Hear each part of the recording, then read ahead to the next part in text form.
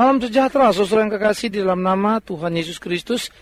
Sekarang kita akan memasuki bagian akhir dari takut yang benar. Dan kali ini kita akan membicarakan tidak takut kepada setan. Nah, ini baru takut yang benar, begitu kan ya? Tidak takut kepada setan. Nah, sekarang kita akan membaca dari Yakobus pasal 4. Yakobus pasal 4 ayat 6 dan 7, demikian firman Tuhan. Tetapi kasih karunia yang dianugerahkannya kepada kita lebih besar daripada itu. Karena itu ia katakan, Allah menentang orang yang congkak, tetapi mengasihani orang yang rendah hati. Karena itu tunduklah kepada Allah dan lawanlah iblis, maka ia akan lari daripadamu. Nah, topik ini adalah mengenai bagaimana kita tunduk kepada Allah untuk melakukan apa yang Allah mau, dan jangan sampai hidup dalam perkecohan yang salah, sehingga kita menjadi sahabat dengan dunia ini karena menimbulkan perseteruan, kepahitan, dan kengerian. Nah, oleh karena itulah saudara yang kekasih, kita perlu memikirkan betul-betul apa yang dikatakan bahwa Allah menentang orang yang congkak. Ini berangkat dulu dari tahap pertama. Allah menentang orang yang congkak, tetapi mengasihani orang yang rendah hati. Harus kita pahami dalam keutuhan yang sungguh bahwa Allah tidak suka kepada orang-orang yang congkak dan melawan mereka. Maka orang-orang yang congkak itu akan dilawan Allah karena orang-orang congkak menjadi kebencian bagi Allah. Nah, sebaliknya lalu dikatakan, jangan kau congkak, tetapi lawanlah kecongkakan itu dengan mengatakan, tunduk kepada Allah, lalu melawan setan. Maka dia akan lari daripadamu. Karena kecongkakan, kesombongan yang datang adalah merupakan karya atau pekerjaan setan yang memutarbalikkan, memanipulasi fakta, membuat kita bergairah untuk berkuasa, membuat kita merasa hebat dari yang lainnya, sehingga kita terjebak pada perangkap yang salah. Ya. Nah, itu menjadi sebuah kesalahpahaman yang harus kita bereskan. Kalau tidak, kita akan habis ditelan. Nah, jadi tidak takut kepada setan itu yang menjadi sangat penting. Takut kepada setan sebetulnya akan menciptakan satu tindakan-tindakan yang melawan Tuhan. Takut kepada setan membuat saudara diperbudak setan, tetapi uniknya tidak tanpa rasa takutnya. Karena apa? Contoh, seorang yang takut kepada setan menjadi budak setan. Seorang yang menjadi budak setan bisa menjadi tukang pukul yang sangat menakutkan. Maka waktu dia menjadi tukang pukul yang menakutkan, hajar sana hajar sini, maka dia merasa dia seorang pemberani. Dia tidak merasa dia seorang yang takut. Bahkan dia akan berkata, saya tidak takut sama setan. Dia berani lewat kuburan. Saya tidak takut sama setan. Misalnya ya, dia berani berjalan di tempat-tempat yang seram. Karena dia bilang dia tidak takut sama setan. Salah betul. Dia bukan tidak takut sama setan, dia memang sudah jadi sahabatnya setan. Dia sudah jadi budaknya setan, dia sudah jadi permain setan. Sehingga pada waktu dia mengatakan dia tidak takut akan setan, sebetulnya salah. Ya, dia takut sekali pada setan dan tunduk pada setan, tetapi diputar balikan kesadaran itu dengan mendemonstrasikan keberaniannya memukul orang, menghancurkan orang. Ya, sehingga dia merasa sombong dan paling hebat. Padahal pada waktu itulah dia diperbudak setan. Jadi orang yang tidak takut kepada setan adalah orang yang tidak diperbudak oleh setan. Tetapi orang yang takut pada setan adalah orang yang diperbudak oleh setan untuk melakukan apapun yang setan mau. Nah, sekarang kita akan mendemonstrasikan bagaimana seharusnya tidak takut kepada setan. Kalau mau takut kepada Tuhan, jangan kepada setan. Maka tidak takut kepada setan adalah mengatakan tidak kepada apapun yang setan katakan di dalam kehidupan. Itu loh. Nah, jadi saudara, standpoint kita penting untuk kita sadari sama-sama. Di mana sebetulnya kita berdiri, sebagai apa kita berdiri. Kita adalah anak-anak Tuhan yang sudah mengenal Tuhan. Karena itu, sebagai orang yang sudah mengenal Tuhan, berjalan bersama dengan Tuhan, maka sebetulnya tidak lagi ada ruang di dalam hidup kita, membuat kita takut kepada setan. Sehingga kita berkompromi terhadap apa-apa yang dikatakan, dianjurkan oleh setan. Jadi pertama tadi, penting menyadari posisi kita. Hanya dengan menyadari posisi kita lah kita bisa memainkan peran kita secara utuh. Ya, sebagai orang yang tidak takut kepada setan. Karena orang yang tidak takut kepada setan hanyalah orang yang mengenal Tuhan. Tapi siapa yang tidak mengenal Tuhan, ya dia takut setan. Ya. Jadi tidak takut kepada setan itu menjadi satu semangat penting karena kita mengenal Tuhan. Karena kita sudah ditebus Tuhan, bukan lagi menjadi budak setan tetapi menjadi hambanya Tuhan, bukan kepada hamba setan. Nah, jadi bagian-bagian seperti ini mengingatkan kepada kita seperti apa yang Tuhan katakan, bahwa kita tidak mungkin mengabdi kepada dua Tuhan. Mau mana kau mengabdi, setan atau Tuhan? Nah, jadi kalau kau mengabdi kepada Tuhan, takut kepada Tuhan, jangan takut pada setan. Kalau kau takut pada setan, itu karena kau mengabdi pada setan. Pasti kau tidak takut kepada Tuhan. Karena kau hidup dalam keberdosaan yang parah. Kan gitu. Nah, oleh karena itu, bagian ini yang harus kita pikirkan sama-sama. Sehingga bagaimana kita belajar di dalam kehidupan kita untuk terus menumbuh kembangkan iman kita, mendemonstrasikan bagaimana iman yang sejati itu tumbuh, sehingga rasa takut akan Tuhan makin hari makin menguatkan, menumbuh kembangkan rasa tidak takut kepada setan. Setan itu akan memberikan kepadamu berbagai ketakutan-ketakutan yang mengerikan. Pertama, setan akan mengatakan tentang ketidakpastian. Nah, setan adalah yang membangun rasa ketidakpastian di dalam kehidupan ini. Ya.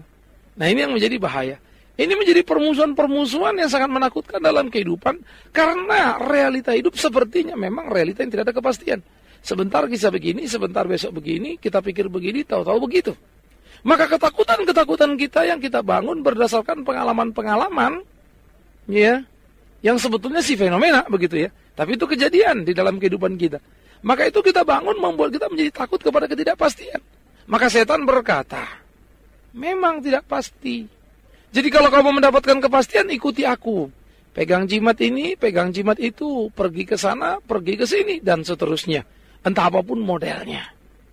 Karena hidup ini tidak pasti, jadi ya kau mesti punya uang banyak, korupsilah.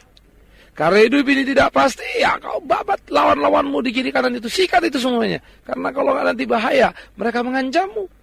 Jadi mau menciptakan kepastian dengan cara membuat cara-cara hidup yang sangat menakutkan dan sangat mengerikan. Dan itu akan mereka lakukan.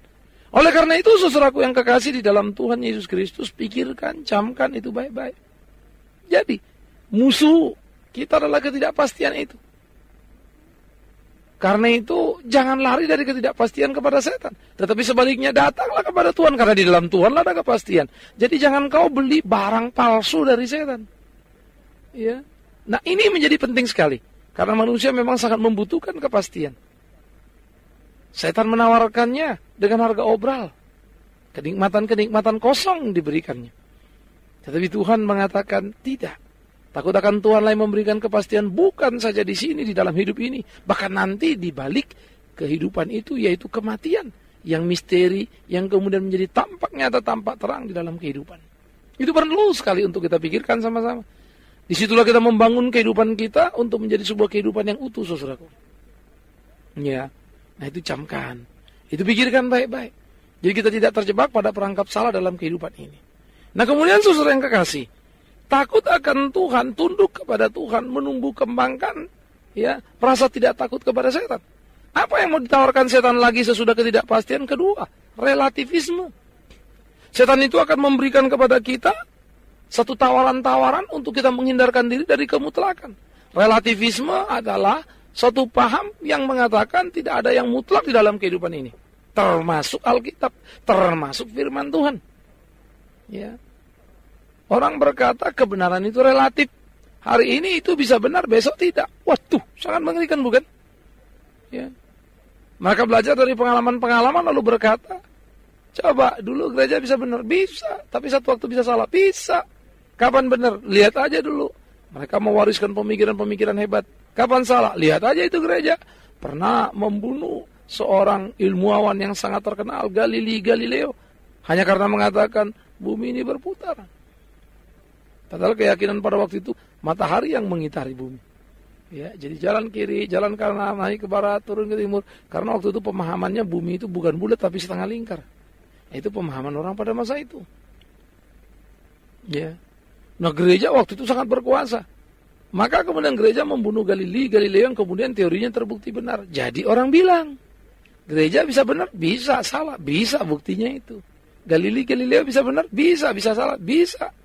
Tapi dia mati dalam kebenaran yang diyakininya. Dan ternyata benar. Nah jadi relativisme ini menjadi sesuatu momok yang sangat menakutkan. Karena kebenaran ingin digerogotinya. Lalu dia membuat satu realita kehidupan yang tidak lagi ada kemutlakan yang bisa dipegang, yang bisa diandalkan. Maka orang-orang yang tidak mau tunduk kepada Tuhan menjadi takut kepada setan. Dan setan akan menawarkan relativisme ini. Sehingga tidak ada kemutlakan, jadi Anda bisa berbuat dosa, dan dosa itu bisa benar, bisa nggak benar. Maka tergantung nanti itu tatanan-tatanan atau ukuran-ukuran yang diciptakannya. Nah ini makinnya, saudara-saudara, yang perlu kita lawan. Bayangkan saja, kalau hidup ini tidak ada sebuah kepastian ukuran. Lalu mau apa? Hari ini si A membunuh. Benar nggak? Benar. Kenapa? Memang yang dibunuh itu brengsek sih. Misalnya kan.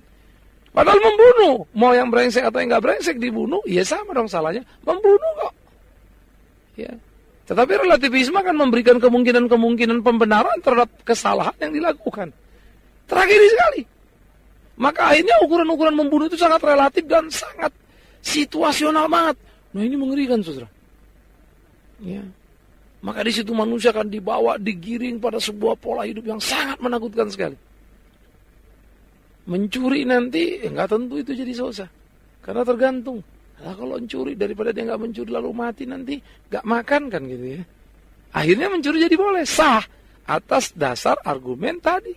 Kalau nggak mencuri nggak makan. Padahal kalau kau mau mencuri supaya kau nggak mati dari makanmu, ya silakan saja. Tetapi awas, mencuri itu tetap dosa dan kau harus berurusan dengan Tuhan atas hal itu.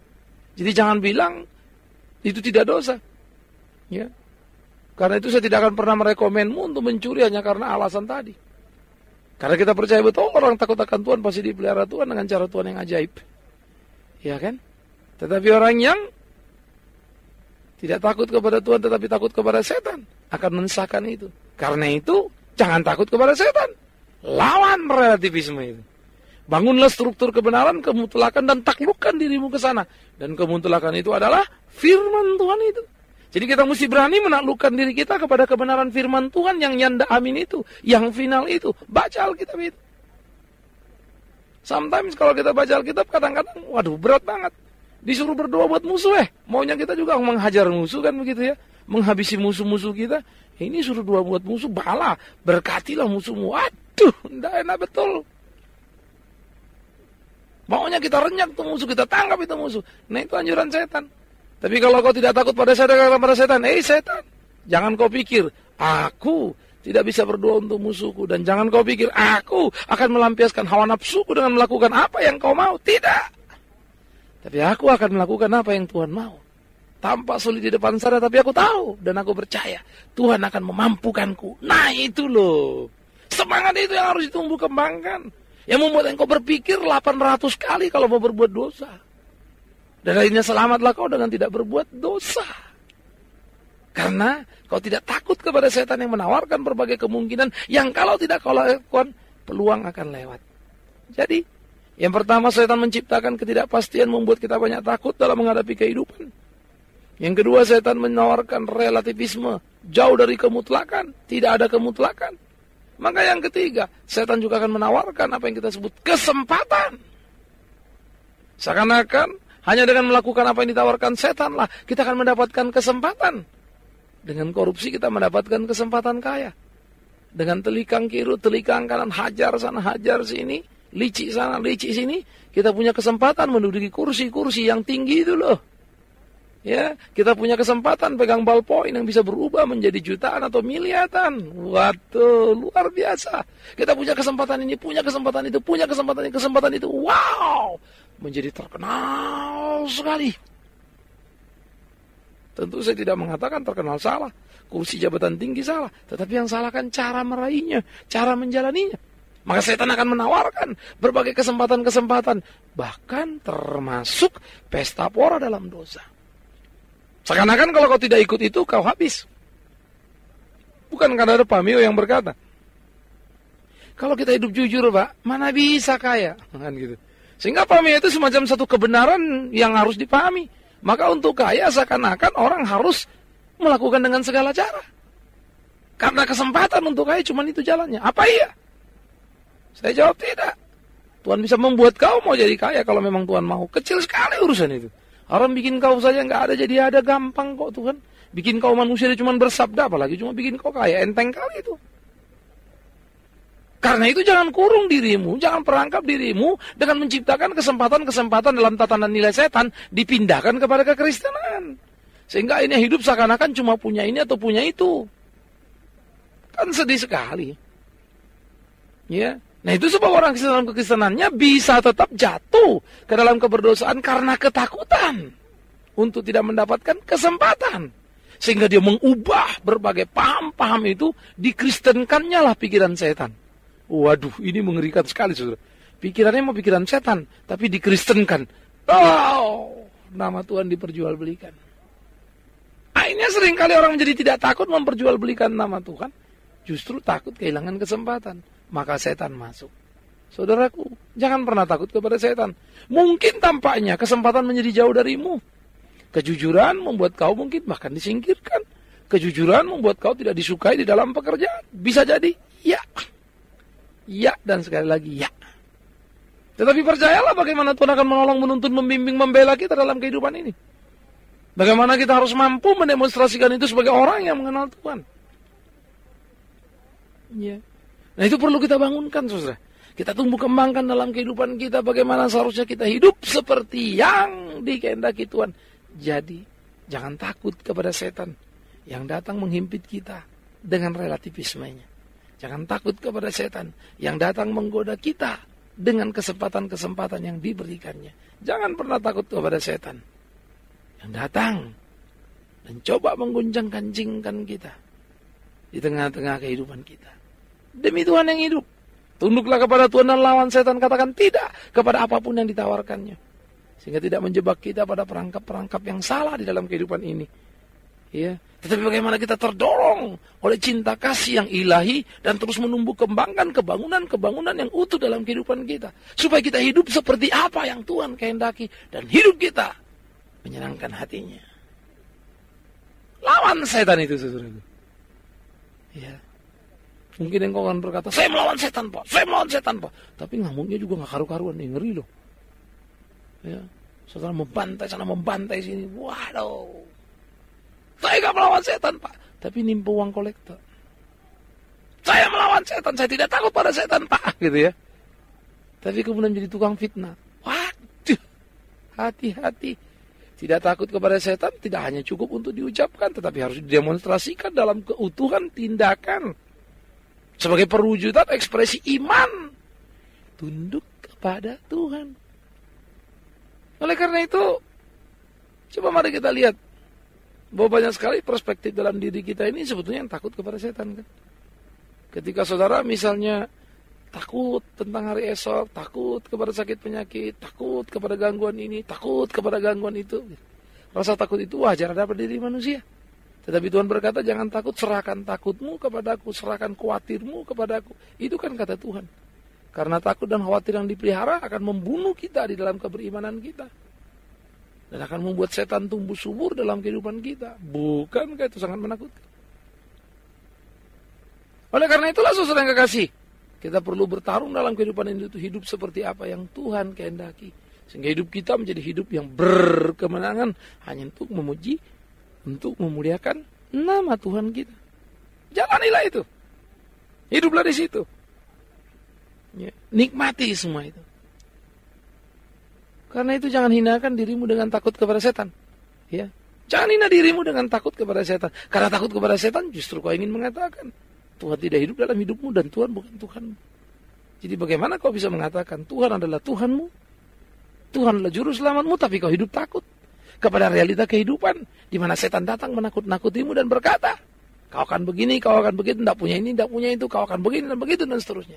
Karena itu dia terus menggodamu untuk mengajar kau, mendorong kau berbuat dosa dalam kehidupanmu yang terus menerus.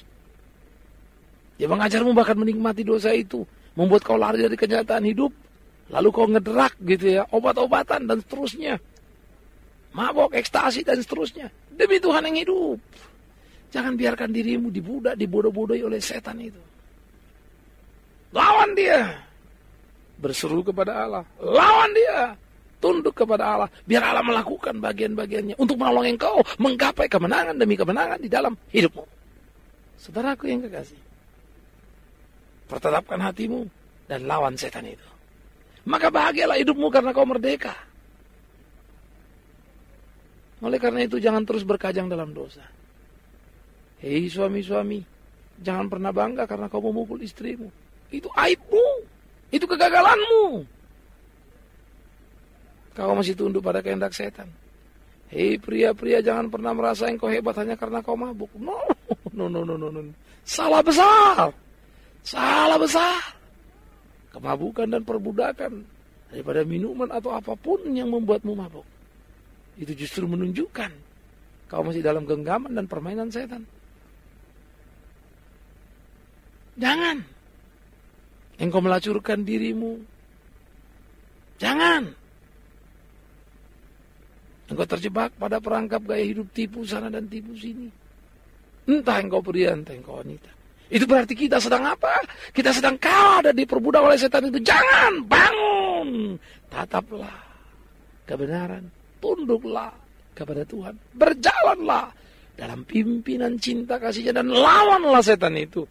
Dengan melululantakkan seluruh karya dan buah pikirannya yang ditaruhnya di dalam dirimu. Lawanlah setan itu dengan meninggalkan hidup kemabukanmu. Lawanlah setan itu dengan meninggalkan hidup pesta poramu. Lawanlah setan itu dengan meninggalkan hidup ketidaksucianmu. Lawanlah setan itu dengan meninggalkan segala yang salah. Cara-cara yang tidak tepat dalam hidupmu. Sebagai suami, istri, orang tua, atau anak. Lawanlah setan itu. Jangan pernah takut kepadanya. Jangan memberikan ruang apapun bagi dia untuk menghantuimu, mewarnai hari-harimu dengan cara yang salah. Lawanlah. Oleh karena itu hiduplah dalam kemerdekaan yang utuh. Sekali lagi jangan pernah takut kepada apa yang coba ditawarkannya kepadamu. Setan yang coba menguasaimu dengan berbagai konsep-konsep palsunya itu. Jangan pernah ngeri. Jangan telan kesempatan yang diberikannya. Jangan termakan oleh relativisme yang dibangunnya. Ia bukan apa-apa. Jangan terjebak pada ketidakpastian yang dibuatnya untuk menakut-nakutimu supaya mengikut dia. Lawan dia. Karena kepastian ada pada Tuhan. Lawan dia. Karena kemutlakan ada pada Tuhan. Lawan dia. Karena kesempatan sejati datang dari Tuhan. Lawan setan. Dan jangan pernah tunduk kepadanya. Maka bahagialah hidupmu. Karena itu, di mana posisimu sekarang? Segeralah berpindah. Jangan berpihak pada setan lagi. Tapi ikutlah Tuhan. Sekali lagi, tinggalkan kemabukanmu. Tinggalkan amarah yang tak perlu itu. Tinggalkan ketidaksucian itu. Tinggalkan semuanya. Katakan selamat tinggal pada setan dan jangan takut. Masuklah dalam kehidupan pimpinan tuntunan bersama dengan Tuhan. Lawanlah setan, maka puaslah engkau. Karena kau akan menemukan kesejatian kehidupanmu. Lawanlah setan. Hanya dengan demikianlah kita menemukan hidup yang dapat kita nikmati dalam gegap gempita kemenangan. Karena kita sudah menang atas setan dan tidak takut lagi. Biarlah kita seperti Paulus dan berteriak bahkan, hai setan, di mana sengat? Hai maut, di mana sengat? Hai setan, aku merdeka karena menjadi milik Tuhan, bukan lagi budakmu. Tuhan menolongmu untuk menjadi anak Tuhan. Karena itu tunduk pada dia. Tuhan menolongmu untuk bisa jadi pemenang. Karena itu lawan setan dan hancurkan dia. Selamat bertarung, menemukan kemenangan, kepuasan, kebahagiaan karena ikut Tuhan dan menghancurkan setan. Amin. Kita berdoa. Tuhan, kami bersyukur, kami berterima kasih untuk cinta kasih-Mu dalam hidup kami. Karena itu tuntun bimbing kami supaya kami hidup seperti yang Tuhan kehendaki. Kami boleh hidup takut kepada Tuhan, melawan setan dan tidak mengabdikan diri kepadanya. Tolong kami. Jangan biarkan kami terjebak pada perangkap yang salah ya Tuhan. Tetapi oleh pertolongan dan kemurahan Tuhan kami boleh menemukan kesejatian dalam kehidupan. Memiliki rasa takut yang benar sesuai dengan kehendak Tuhan. Terima kasih. Di dalam nama Yesus Kristus Tuhan kami hidup. Kami berdoa dan mohon pimpinan Tuhan senantiasa. Amin.